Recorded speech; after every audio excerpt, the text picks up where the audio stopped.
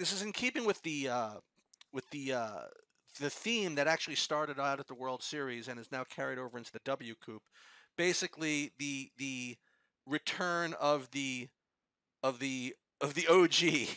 to keep the theme going. The return of the original 2005 to 2008 players who kind of learned how to play before anybody knew how to nine bet with Queen two offsuit, right? Um, so we did a hand history review last week or 2 weeks ago of Shaniak, who made the final table of the main. So what I'm going to start doing this week is, and this is going to take a while, and we're going to get to you, Shank, one of these days, but what I'm going to be doing is I'm going to be reviewing the hand histories of both Chad, Lil Holdem Batista, and Shankar 825, both of whom made the final table of the same WCOOP. I think it was the 2K. Um, and what's cool about this is when these two do get to the table together, which is into day two, the software will show both sets of hole cards at the same time, which is kind of neat. Now, I had these delusions of just, reviewing both their hand histories together, and then when at first I would do Chad's, then I would do Shanker's, then I would, go back again to where they played the same table and wrap it up. But what I had forgotten was a couple of things. Number one, the tournament is 1,200 hands. And number two, of all the people that I had access to, I picked the two guys. Well, I didn't pick them, but these two guys play more hands than like anybody. So it's just going to take some time to go through the entire hand history, and that's good. It's funny, when I usually go through hand histories, I'll look at a whole hand history. I say, okay, there may be 30 hands worth going over, and then we'll just kind of launch through. Just to take me to get through Chad's, I mean, I have like 3 full pages of notes on like maybe 150 hands or something like that. So it's just going to take some time to get there, but we will get there. Okay, so again, so Chad and I go way back. Okay, just I mean, he was one of the first people I knew from poker. I was one of the first he knew from poker. And I don't want to spend too much time talking about him because again, I can go on forever. But Chad is a very interesting bird. For those of you that have met him, I mean, he comes off like, he doesn't know anything and he's just on tilt and he just does whatever. But this kid knows his stuff. And, I used to make the joke, when I was ever talked to him online or whatever, that he probably in reality has a PhD from Oxford with like multiple degrees in Shakespeare and, he also probably has an economics degree or something like that, but he just kind of comes off as, being all Chad. I guess that's the best way I can describe it. Um, so, you know, to dismiss someone like him is a real big mistake. And I'll give you one example. He made whatchamacallit. He won a WSOP circuit event. Here's my example. When he had just won a WSOP circuit event, and he beat somebody at the final table, and they were interviewing him, and they were talking about the final table bubble or something like that. He was talking about how, well, there was one time where we were on the final table bubble, and it was such a situation where I'd actually be able to fold like 2 queens in that spot or whatever it is. And he basically quoted like an exact passage from Sklansky's Theory on Poker, like almost verbatim, and using the exact hands that was referred to in there, but he was just kind of like coming off like he was just making it up as it went along. I mean, believe me, this guy knows his stuff, and he spent a long time when he was learning. He was watching some of the better players play, and this guy's all business, okay?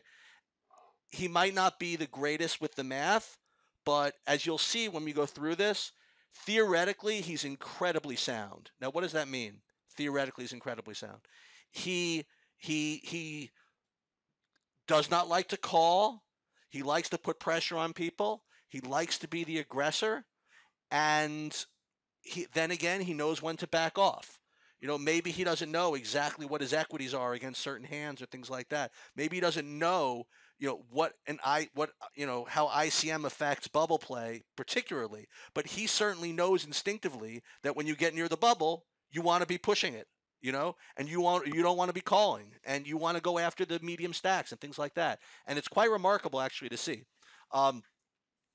So what I'm going to do is I'm going to just go through this, and we are going to just, kind of see what happens. I'm going to go over some of the hands that are just kind of standard, and then I'm also going to, I made notes on some hands that are not so standard that I want to go over. Like here, just stuff like this, and this is going to go on for a little while. So this is just the way, this is just normal. I did notice that he made it 2x, but as you'll see, as we get into later on, his opening sizes is rather random. I mean, he'll sometimes go 2x, sometimes go 3x, who knows. But here, just this kind of looks like kind of a standard way to play 2 jacks. He'll call. That river doesn't help him, so doesn't hurt him too much. So, he's got 15,000 chips. I can't imagine folding here, so he just calls, which is obviously just fine. Just made that kind of note. And again, none of these hands are particularly interesting, but I just wanted to get in there. All right, so 15,000 chips obviously is something you don't see too often. Jack 7 offsuit, I probably would not play it, but suffice to say, he plays quite a number of hands. He doesn't really limp a lot, but you'll see that there's a lot of suited connectors, and his definition of suited connectors is not exactly the same as mine. So you will see a lot of flicking it in with stuff like 10-5 suited, 10-6 suited, stuff like that. And, you'll just see, a completely different way to play. Okay. Well, I didn't mean that I meant it didn't help his opponent when the queen came. It didn't improve his opponent. I mean, it made it much easier to call there. That was all. Yeah. Yeah, I know it was a very big bet, which again, don't think I'm going to fold it though. So Jack 7, I mean, nothing really happens here. I just made a comment. Oops. Hey, took a shot at there. Big deal. Then he went away. All right, so it's interesting. Like, so here you have 3-6 suited, and normally you don't advocate playing stuff like this, but okay, it's 3-6 suited. You got 15,000 chips, and yeah, let's go 3-bet.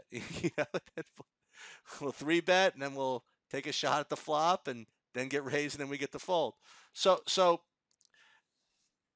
this is actually the second full hand history I've gone over. No limit on that was not Ivy. Ivy is raised once. We'll get to that later. Okay, he ends up busting him day 2. That's another story. But see, the other hand history that went over of Lil Hold'em's, and this goes back like 3 or 4 years ago, was when he won an F-tops, like a 1K or something like that. And I noticed that he just puts on the gas and puts on the accelerator right out of the gate. And it's a very deliberate, I think, and a very interesting way to play, because theoretically you're supposed to be, tight early and aggressive late. And what his style does is it really takes advantage of people who play that way. He likes to splash around with hands like this. He has a lot of confidence in his post-flop game, such that he doesn't mind, getting into some situations. But I mean, just look at this, just right off the bat. I mean, just look at all these hands he plays. I mean, if you've done enough of these hand histories, you'll know that. I mean, this is just a lot of hands in general. Okay, so he took a shot, 3-bet to 3-6, c-bet it like he's supposed to, and then gets raised, so he gets to then go away. Okay. Here, just kind of a standard spot with King 9 hearts, which again you don't have to play, but there's just no way. I just know there's no way he's folding. So flop, flop, flop. All right, must be nice. Pretty standard there.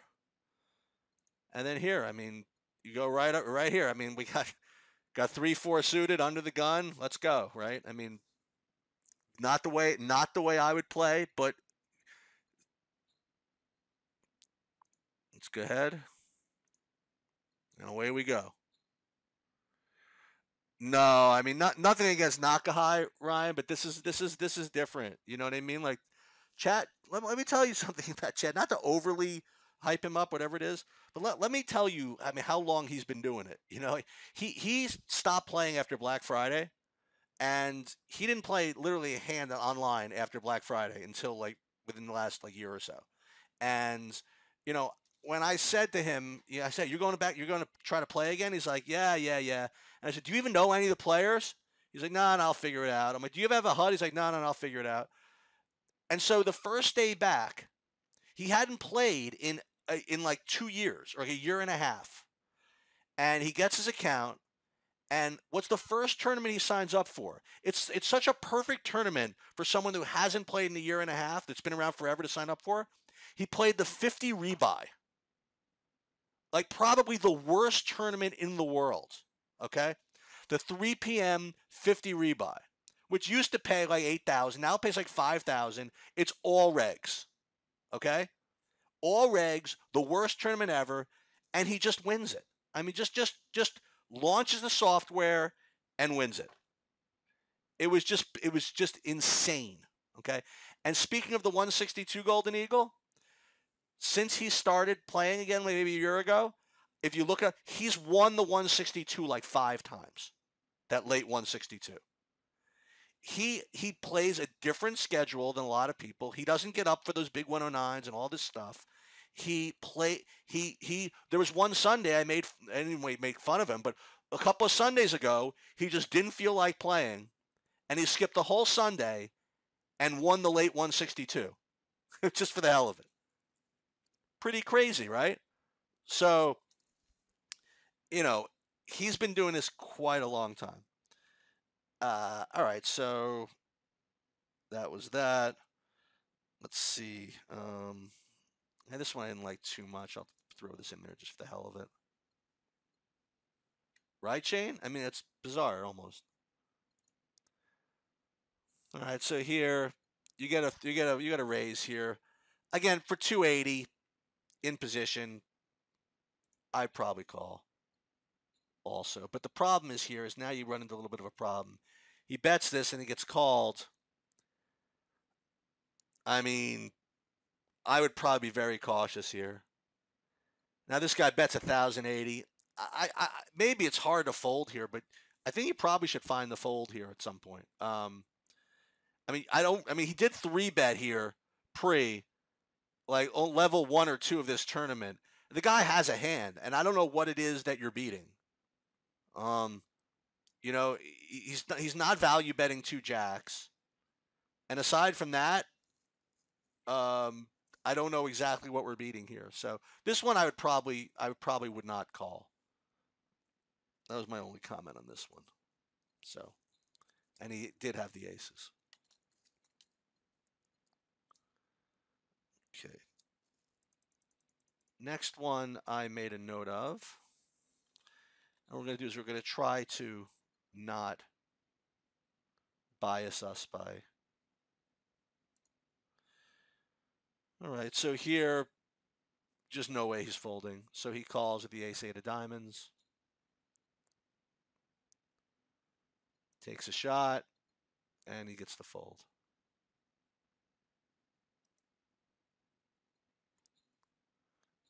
Okay.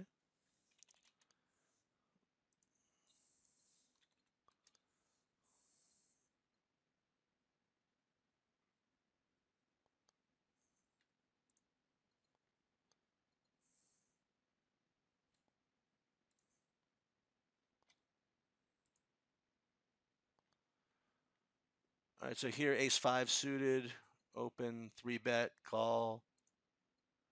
So here's a good example. All right, so here he does call one off, but he's not going to be so stubborn as to call another one, which this looks fine. And again, I'm just going to gloss over a couple of these I made small notes on before we get to some good hands here. Again, 7-10 suited. I just no way he's folding it pre. I just know him.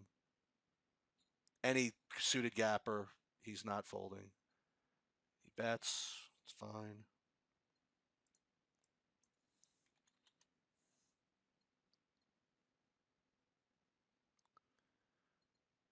2 8s here. This one he 3-bets. Obviously, you don't have to do that, but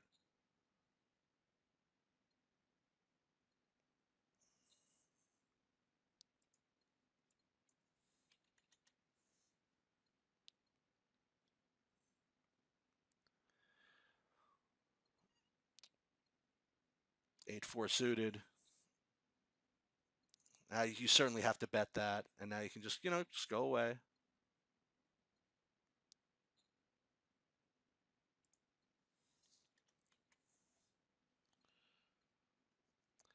And here's the first of, not the first of, but so here you flick it in with the queen 8, which is obviously okay.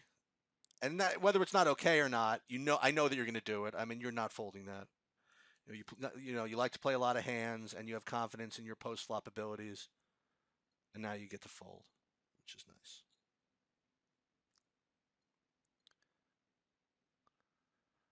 All right, so 240 in any case. We flat. Must be nice. Good.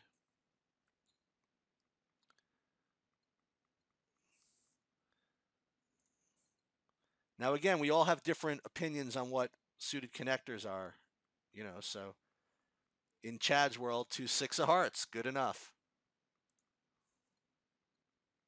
Okay. Want to call one or no? Nah, he gets rid of it. That's good.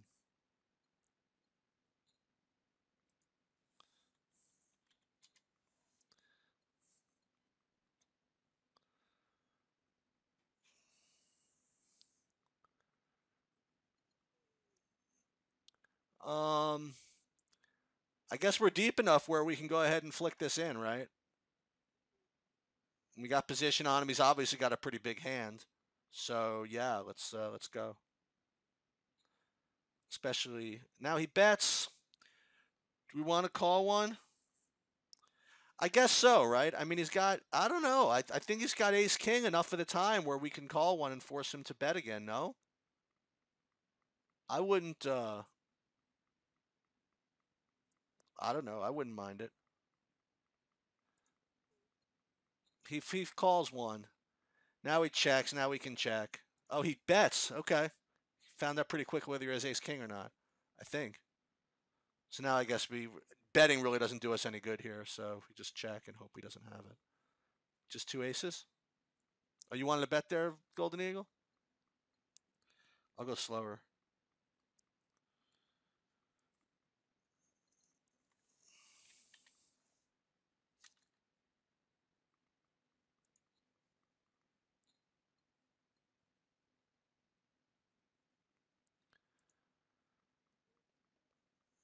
All right, so we're going to bet here. I'm curious to see how much he raises. Okay, I like the 3x, which is a pet peeve of mine. When people don't go don't bet enough pre, small blind, big blind. Okay, well, now we get to fold.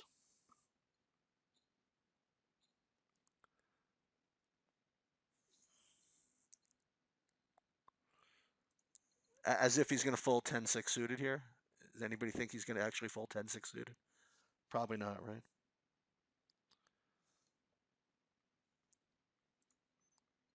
Okay. Now we got to bet this, I presume. Good. All right, this next hand I thought was pretty sick. Not really sick, but interesting at least. All right, so we open with ace king. All right, so ace king, no need to go crazy. Let's call. So we check, he bets. All right, so we're not going anywhere. Just call. So we check and he checks again. And I got to tell you, man, I think that this is a completely expert and ridiculous thing to do on the turn. If I check the turn and got no action, I would bet this river literally every single time. And I guess maybe it's a leak of mine or whatever, and I guess it's psychological. It's just, I lost all my value on the turn. I have to try to get some back on the value. I think on the river, I think I would just have to bet this river. And I don't know where you come up with this, but you actually found a way to check and got him to bet this river. I have just no idea how that's possible. I don't know. I would never have done this. I would have bet that literally every single time. So now we can get a check raise in, and if he's bluffing, we got a bluff out of him, or maybe we got some value out of him. Whatever. Yeah, I mean it's a great play. It is. And the guy folded. The guy had nothing. So we got a free 1,300. Not a free, but a very well planned out 1,300 out of it, which I thought was great.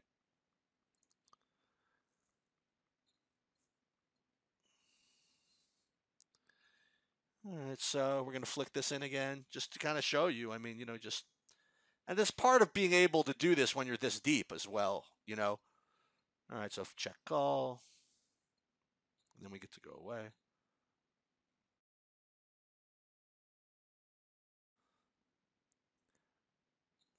Call with the king 8. Again, I would stop it if I thought this stuff was important, but some of these are just kind of standard. We played in like some smaller buy-in World Series event in the tent when they used to have the tent, and I got very lucky. I was gonna bluff off all my chips, but it turns out a ridiculous river turn card came for me, which got him to fold somehow. There was this. I had a king queen and I opened and he flatted, and the flop came 994, and Danny would tell me later that he had a set of 4s and he like flopped a full house. Yeah, that like, perfect. He remembers the hand, and so I bet and he called, and the turn made a third 9. So it was 3-3. I was just short, so I had no real choice, and I just blasted away. And he folded. It was like the only card that could come. You know what I mean? Literally the only card that could come in the deck that he could have folded to. It was crazy. But all right, so 116. All right, so Havana opens. Speaking of sit and go players, I would okay, so 3 bets, and now we get to fold. Okay. Good try.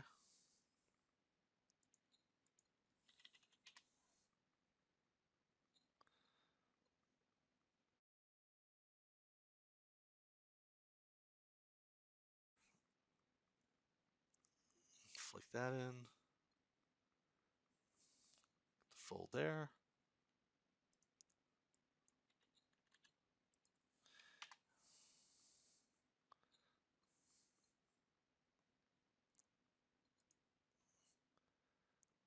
Queen Jack offsuit, like there's any chance he's folding Queen Jack offsuit. And let's bet into all these people. We get 1 call. Check. We check. And beautiful. Easy game.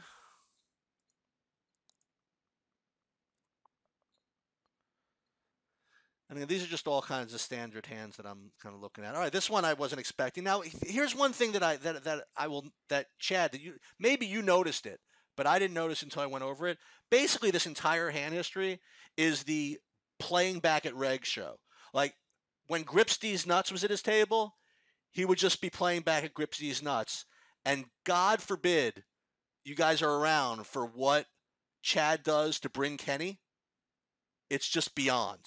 Okay, basically 2/3 of this entire hand history is Chad abusing Bring Kenny. Now, as it turns out, Bring gets him in the end, and there was one sick hand where he could have gotten him earlier, but it's like Chad knows his people, he knows how they play, and he killed him. And then like day 2, he busted Ivy, which Chad really wants to see, which is pretty cool. All right, so here check. I mean, we have a bet call. If you're going to squeeze anybody, these 2 are probably good people to do it. 840, I mean, means business. None of this 600 stuff that you see nowadays. I mean, let's just get it done.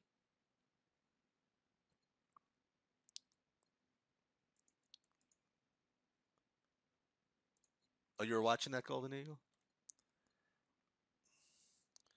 There's one stretch of hands which is just beyond insane, which we're going to get to shortly. Do we want to call here? I mean, I'm fairly certain that you like to you want a 4-bet here after these guys have all called?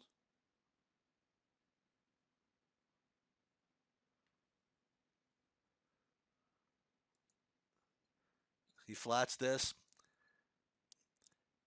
However, one of the reasons you could flat this is now you can just fold here.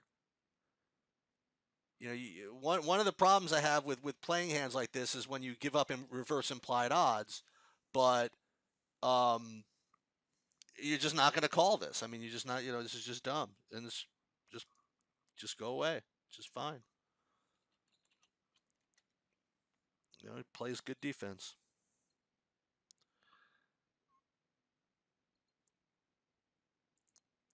Yeah, you got to wait till you get good hands like 7-3 off. Flick it in. See what happened here. Did we bet this? No.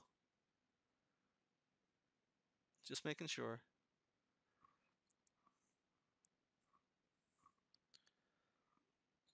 I mean, he's really like the Muhammad Ali of poker. I mean, he takes little jabs, sticks and moves. He doesn't really make any big, well, I shouldn't say that. We'll get to those in a minute. Let's see, 141. 3-5 offsuit, so suited connector, sort of. Might as well play this. Uh-oh. See, you can't show your cards, though. I think you showed your cards that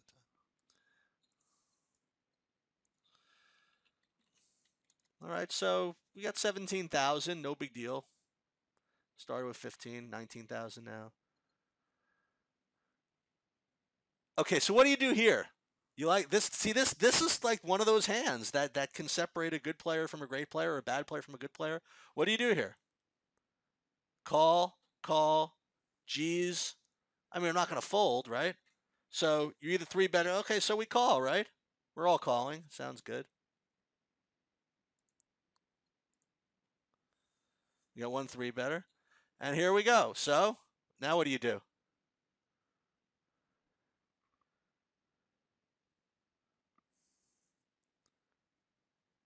Got one just fold, fold, fold. You got one caller. We got one UG. You got one caller. Chad says I folded. I think. See, Chad doesn't remember anything. I'm either flipping or I'm crushed. Dude, it's what I said before with when I was talking about you before, Chad. You're very theoretically sound. Even though you're not the greatest with the math, you're very theoretically sound. You don't like to be the caller. You like to be the aggressor. And if you can't be the aggressor, screw it. You're out. Good fold. I like it. Okay, so, all right. So, speaking of which, let's go to ridiculous hand number 1 here. All right, 159. You remember this one maybe, Chad? Let's see. No, you don't remember any of them. All right, so we have a good hand. We have 3-5 offsuit. So we're not going to fold it, right? So grips these nuts opens. We have a caller. And now what are we going to do? We're going to 3-bet. Probably not strong enough to 3-bet. Probably just want to call, right? So let's go ahead and do that. And we get a good flop for us, which is the Jack 4. Very, very good flop. So we just, we just check raise. Not a problem. Nice hand. Bye-bye. Next case. Don't show your cards. Nobody knows what you're doing. Easy game.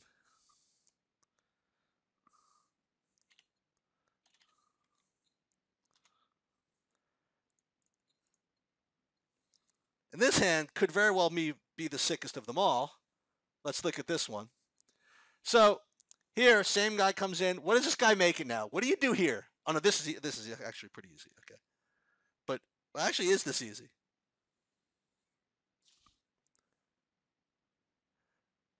What do you do here? Anybody know what to do? Ryan folds. Chad calls. Golden Eagle says please shove over the 4.5xer. We got one folder. Hey, Shanker, no cheating. So we have a shake my head and fold. Golden Eagle needs golf. Danny says I fold. Never fold. So we call. We flop the nuts.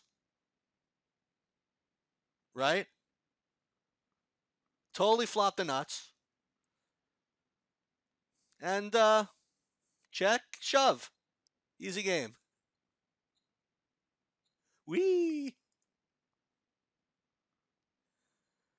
Try it one more time. Let's see. Hold on. Yeah, sorry.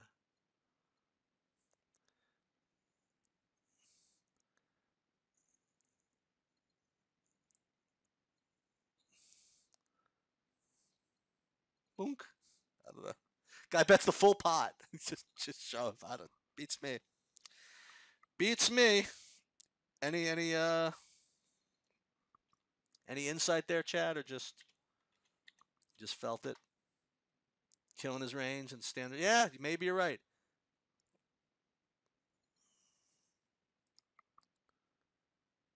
Oh, this one was, I don't know. This was like nothing. Yeah, check, bet, shove. Yeah. Yeah. So we call, check, check, check, check. Here, this one I didn't particularly like. I actually, again, this is really not a big deal in the great scheme of things here, but I actually like check calling here rather than trying to go for some thin value in this spot. Yeah, he had 40 bigs, whatever. Whatever. That's all right, Mike. Don't worry about it. So here in this spot, I'm not exactly sure that that going for thin value is really the idea here. I would probably rather just check call if anything. So I think we yeah, we went for thin value there, I guess. But before we do anything else, let me reset this thing.